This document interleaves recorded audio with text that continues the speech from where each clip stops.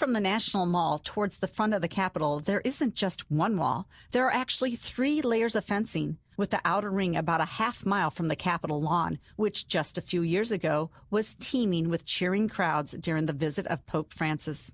A more fortified barrier would be tough to find at most stateside military installations.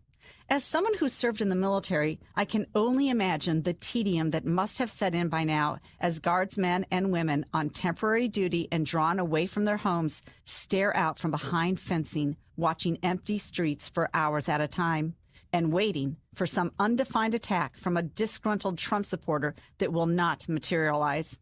Many of them know they are pawns in a political charade being perpetrated on America by Speaker Pelosi and her Democrat Party. Like most Americans, they are aware Trump supporters wrongfully and illegally entered the Capitol January 6th, but there is no indication that his supporters should be considered domestic terrorists.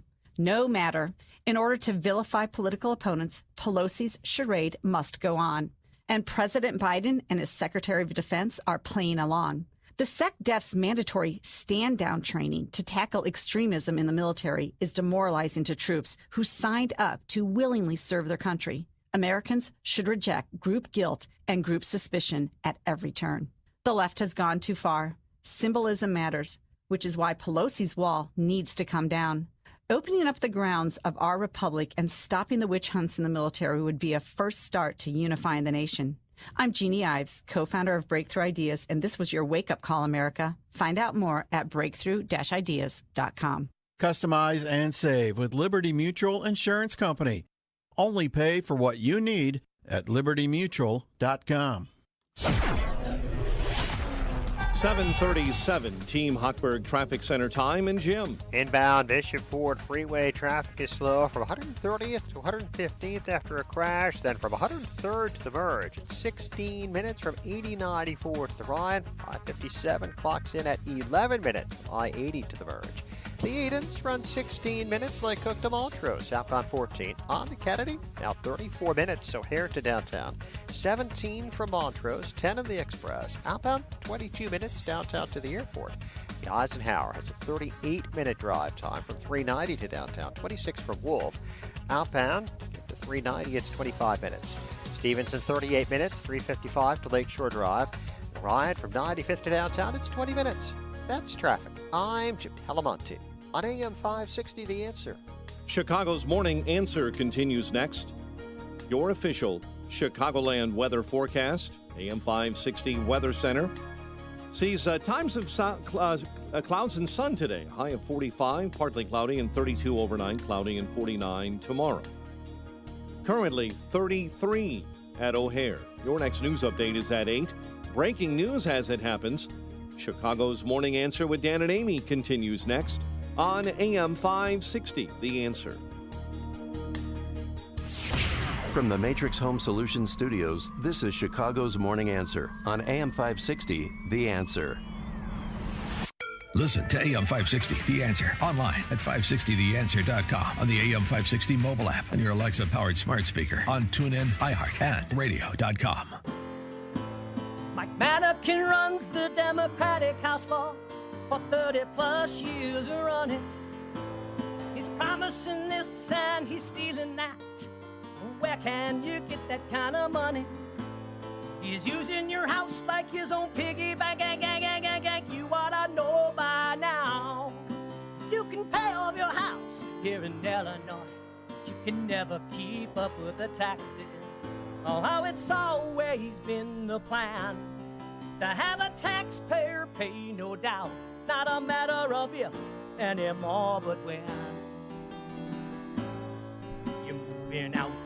I said, when you're moving out. Dan and Amy, good morning. And we got a handful of Republicans that have announced to run for governor in 2022 against Jelly Belly. Well, seeking the nomination to run against Jelly Belly. Yes. One of them is a state senator from Southern Illinois named Paul Schimpf. Let me get your reaction to this press release his campaign put out yesterday, Okay. Amy. Schimpf campaign for governor reaches 1 month mark, hires all female senior staff. Yuck. Off with his head. I'm not voting for him. Why? Because that is just placated. Because it's Women's History Month, don't you know? Where's my card, by the way, Dan, and the flowers, Justin? That's why I think he's placating, trying so desperately to get the women vote. We see through you, Shimp. Thank you. Next. 15 paid team members, including an entirely female senior staff, says the release. Wow. He's so woke. I mean, I can, pick 15 women out of a phone book and hire them to be my campaign. What does that tell me? What does that tell anybody about my campaign? What are their qualifications? What are their history running campaigns?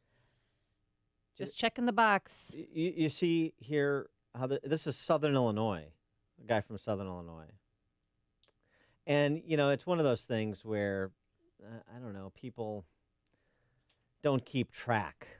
There's not institutional memory.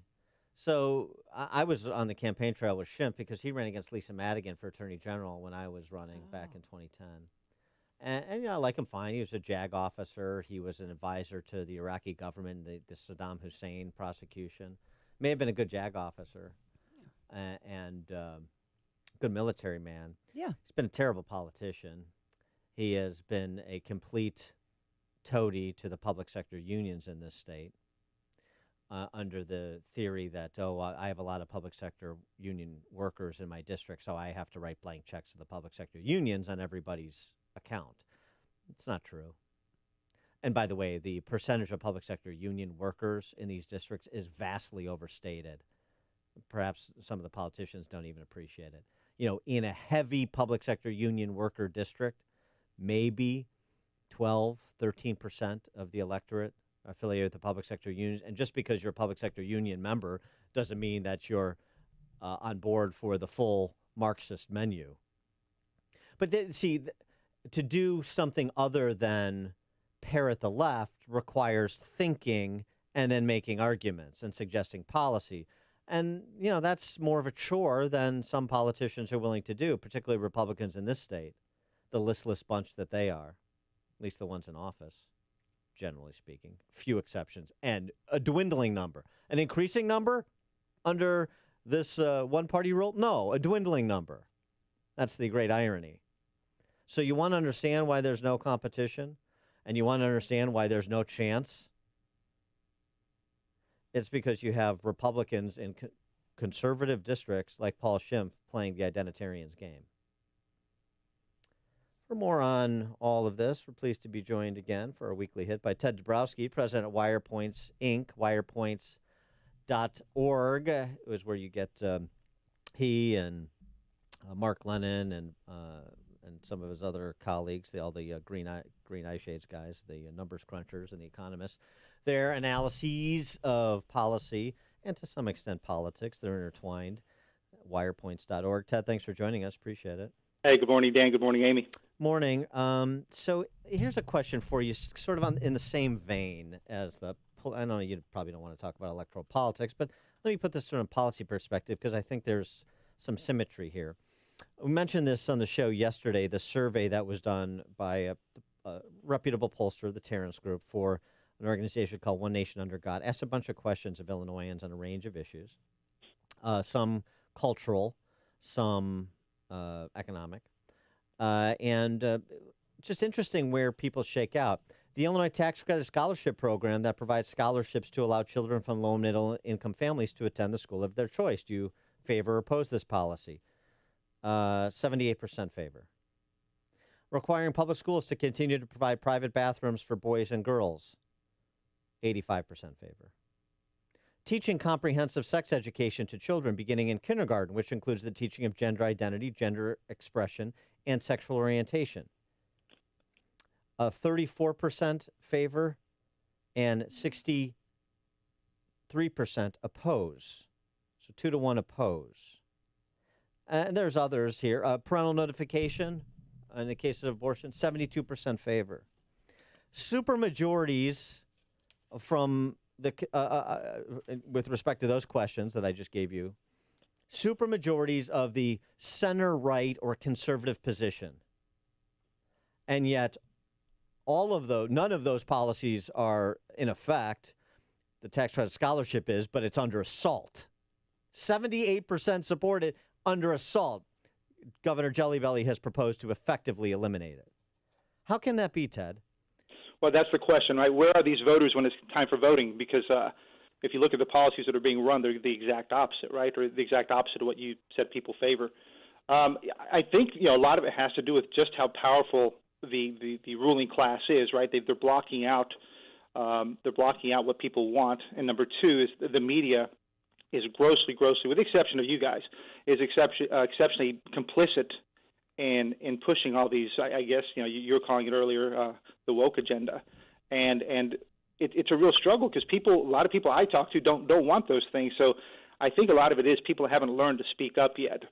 They're willing to say something on a poll, I guess, but they're not willing to speak up. And you see that, even in some school districts where school districts are still closed and there's no parent organization fighting for opening schools. So it's in a place like that would be Evanston, for example. So yeah, but the speaking up thing. You don't even have to speak up. Just vote your beliefs. Vote your beliefs on those issues. If you took the time to just investigate those issues and your beliefs and which of the two candidates is where on those issues vis-a-vis your beliefs, then the General Assembly would look a lot different. But in the suburbs, that's not happening. Yeah, it's not happening. I guess it's a question of whether the pendulum is going really far right now, and you can see it right now. They're passing everything they can. They're in a hurry to pass everything they can. That includes what might be extremist positions, certainly politicizing classrooms and the like.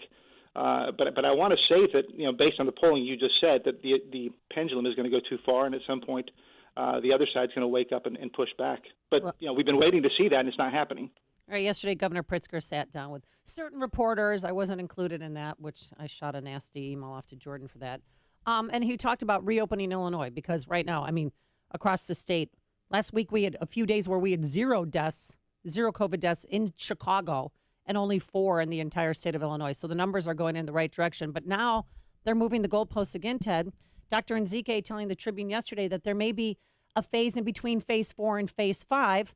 But one thing's for certain, masks are going to continue to be a mainstay for the foreseeable future. And if you look at Texas, my God, in the past 2 weeks since they've gone maskless, the COVID cases have dropped 42.5% over the past 2 weeks.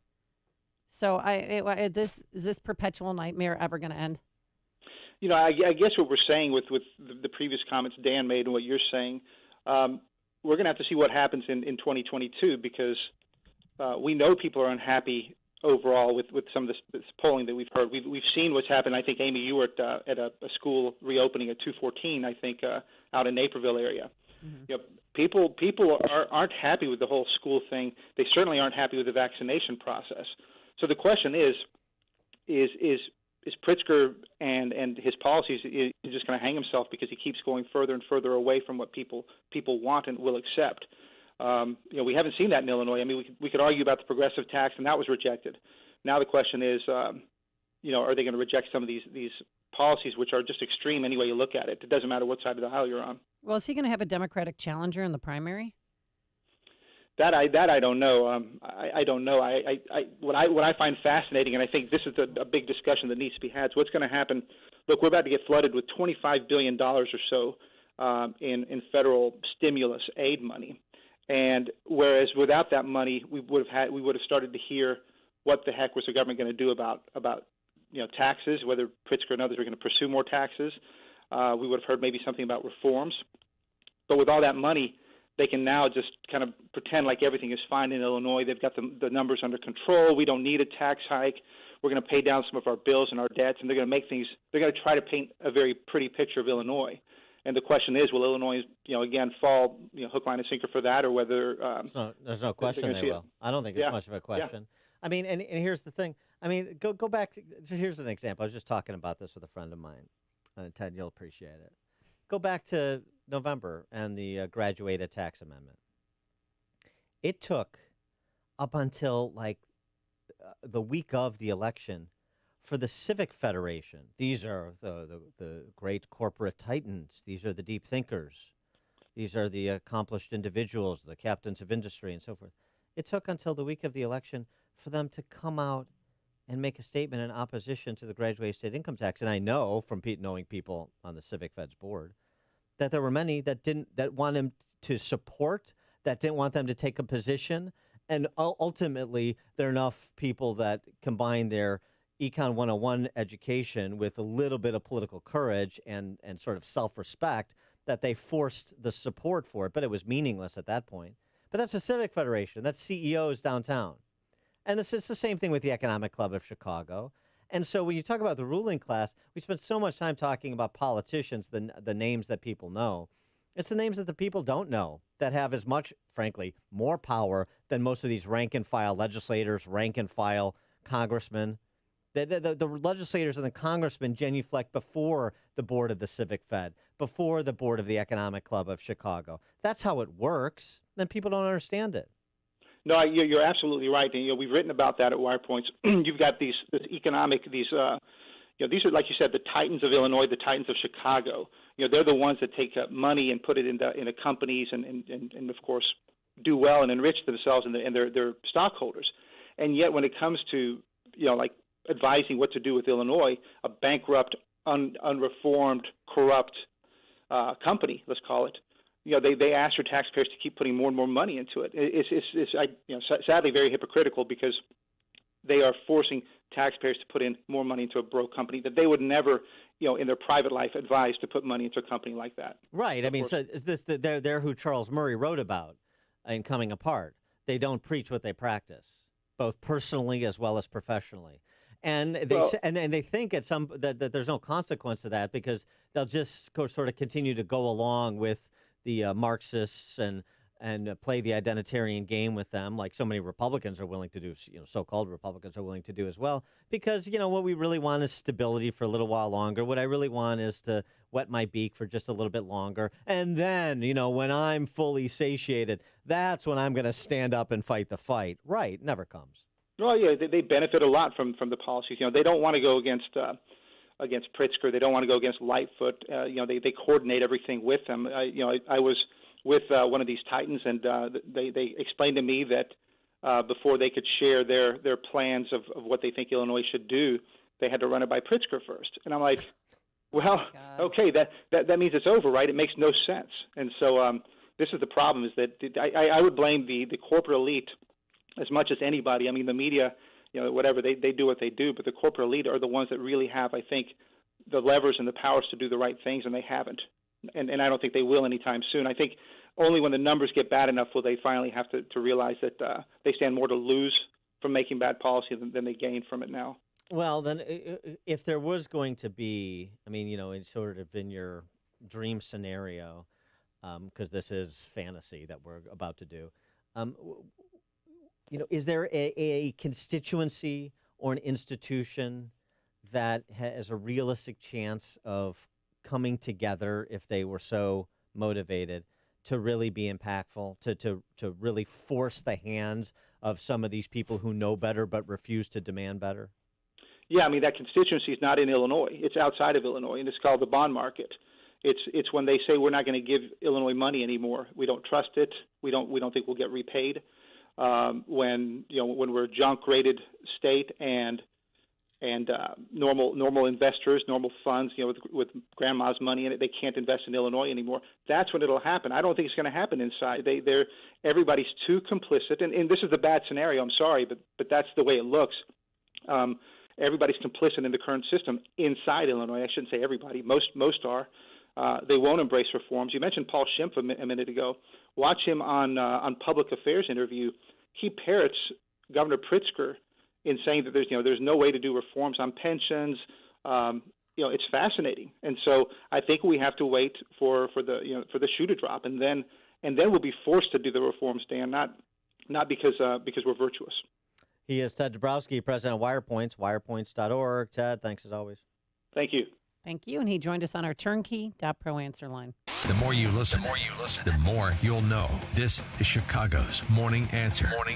On AM 560, The Answer. If you're drowning in IRS debt and can't afford to pay, then you need to take advantage of special IRS tax programs that are available and free yourself from IRS collection efforts once and for all. Due to the financial hardship consumers are facing throughout the country, the Internal Revenue Service has made it easier to settle delinquent tax problems. An open phone line has been established by Community Tax for consumers to call and see if they qualify. Take down this number or store it in your cell phone, but call the Community Tax Helpline at 800-500-5588. If you owe back taxes to the IRS and cannot afford to pay them back, or even if you have years of unfiled tax returns, there's no need to fear anymore. But you have to call the Community Tax Helpline today at 800-500-5588 for the help that you need. Don't take on the IRS alone. They can attack your wages, savings, pension, home, and even your Social Security check. Call 800-500-5588 for your free consultation and to see if you qualify. That's 800-500-5588. Spring is finally in the air.